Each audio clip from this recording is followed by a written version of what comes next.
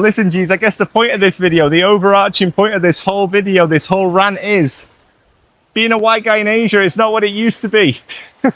We are at an underrated gem of a beach today, Rayong Beach. Actual Rayong Beach. It's bloody gorgeous, especially considering the pollution is back up in Chonburi. It disappeared for a few days, but we woke up this morning, could barely see the mountains, smog everywhere.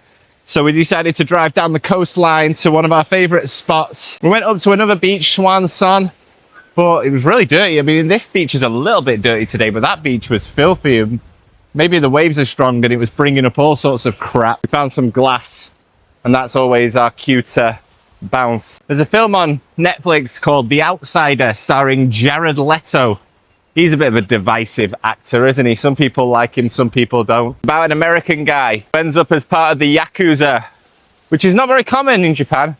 Used to work out with a guy from the Yakuza.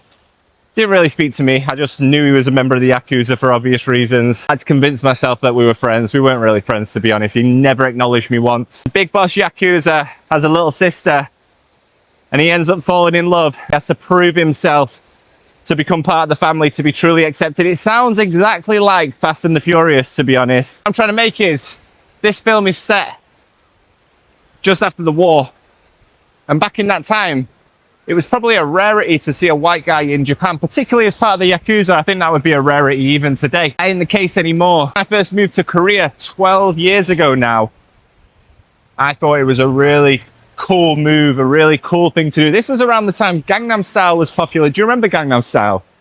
Bloody great song. I don't think K-pop's produced anything so good since. This was before Korea was quite as globally recognized as it is now. But they really talk about K-pop, K-beauty, all that sort of stuff that they're obsessed with nowadays. And to be honest, I kind of find that side of things a bit, what's the word, artificial. I love Korea as a country. In fact, one of my dreams, if this channel were to ever become truly successful, would be to go back to Korea and do some videos about Korea, to go back to Japan and do some videos about Japan.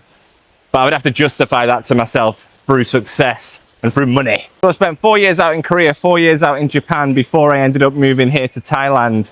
And you could see over that time, those places becoming more and more popular amongst foreigners. In those countries, it's still a very small population, and what you find is that it seems bigger than it is because the foreigners all end up congregating in the same places. Itaewon, Hongdae, Roppongi, Shibuya. You always end up congregating in places that are easily accessible for foreigners, obviously. It's not necessarily about the language, it's about how much these places want to entertain foreigners, how much effort they want to make. It's not about speaking to people, it's about being able to operate, being able to get around in these places. And Itaewon, Roppongi particularly, they are geared towards the foreign communities. Then I met my wife, she's Thai.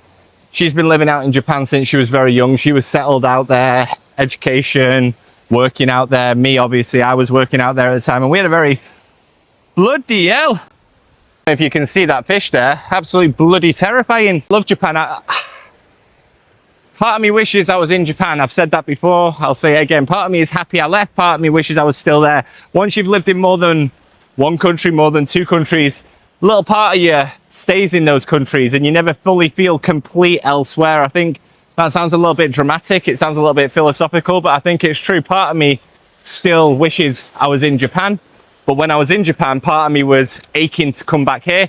Part of me still wishes I was in Korea, but the people I associated with in Korea, I don't really tend to speak to them anymore, which is a shame. So I wouldn't be going back there for anything particular. I'd be literally just be going back there solo. Go back there solo to visit, that's great. Go back there to live, not so much. We've been in Thailand for 5 years now, especially since COVID died down. Thailand has had this massive influx of foreigners. And what you find is that these are the people that you end up sort of like inadvertently getting lumped in with. I've spoken about TikTok before. I've shared a few videos on TikTok. Never had any abuse from foreigners in places like Japan or Korea. Here, you get abuse every day. Not just me, anyone who uploads anything seemingly positive about Thailand, about life in Thailand, about Thai people, will always find abuse. And I find that very strange. And I don't really want to be a part of that society. I mean, even this YouTube channel, I love making videos, but look at my numbers. I'm not exactly popping off on here, but I've got to stay true to myself, right? Because I know that making a video about Koh Si Chang, a little cultural island off the coast of Chonburi, ain't going to get much views, but some people might find it and it might gain a little bit of traction because it might be helpful to some people. Coming to a beach like this, Rayong Beach, made videos about this before. Now, some people, again, will appreciate the beauty of it. I'm not categorizing everyone here, but I know that if I were to make a video, night out in Pattaya's nightlife district, that would get views. Look, here's some girls standing outside a bar, or if Nana Plaza, night out. Those type of things would get some views. And I've seen those channels that do that. Kind of frustrates me, but I kind of also understand that the people who watch those videos aren't watching the videos for those people who are making them. Obviously, those people who are making them are being smart, they're benefiting from it. So this isn't an attack on anyone, but they're not watching it because they want to see what Jack from Swindon or Tobias from Denmark, they want to see the girls, they want to see the girls standing outside the bars, what they say, how they interact, and that just ain't me. I would never make content like that because it's not sustainable content. Yeah, one night I could drive down to Pattaya. I live an hour away, I could drive down there. Yeah, lads, POV, let's walk down, what's it called? Walking Street, is that what it's called? I've never been there. I don't even drink, so to make videos about the Thailand night districts would just be completely useless to me, even though I might get a few hits, I might get a few new subscribers. Oh, show us some more, mate, show us some more. Maybe that is going to mean that for me, YouTube may never happen. As much as I love it, it may never happen. It may never pop off. It may be a long grind, it may be a hard grind, but hopefully one day, you know, this channel will gain a little bit of traction. Of course, that's why I'm making the videos. Of course, everyone wants to be successful, but you got to do things in your own way. I don't think there's any unique foreigners in Thailand, particularly in the social media realm nowadays. Everyone's doing the same thing, but you've got to put your own unique spin on things. That's why when I show my glorious, luxurious condo with a rooftop infinity pool overlooking the ocean, I'm going to clarify, this isn't that expensive. This is how you can live out here. And the reason you've got to be honest about that sort of shit is because there's two types of videos and people eat all of them up. It's this massive contradiction of, wow, Thailand is so cheap and so affordable and everything is so luxurious, but also, oh, look at me, I'm so successful. Look at the life I'm living in Thailand. Buy my course, buy my course. And I honestly don't know if I were to go and live again in Korea now or in Japan. I don't know if there would be those type of people there. I know there'd be YouTubers and things like that, of course. I honestly don't know if there would be those types of vultures constantly trying to sell someone. And no, people are grinding, hustling, we're always hustling, we're always grinding.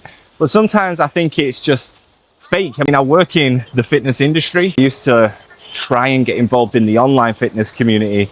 And there's so many stories of people selling fake courses, you know, cookie cutter courses. I'll tell you it's personalized. I'll tell you it's tailored. I'll tell you it's bespoke, a bespoke tailored plan.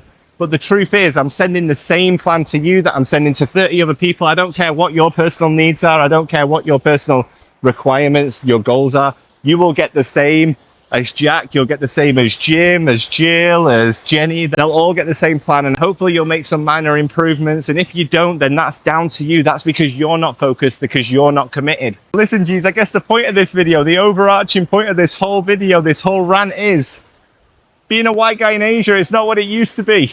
It ain't what it used to be, guys. It used to be glorious. I miss the olden days. I'd love to go back 10 years and go back to the days of no social media, of people just being people, interacting, getting to know each other in person, building genuine connections. That's what I try to do on here. I try to show, you know, days out with my family. We have a beautiful time, the sort of lifestyle that some people live out here. I don't care about rooftop bars. I don't care about going out and paying girls to talk to me, all that sort of shit. If you do, that's cool. That's you. But if you're looking for something a little bit different, then maybe this channel is what you've been missing your entire life. I'll see you in the next one. Have a great day. Bye-bye.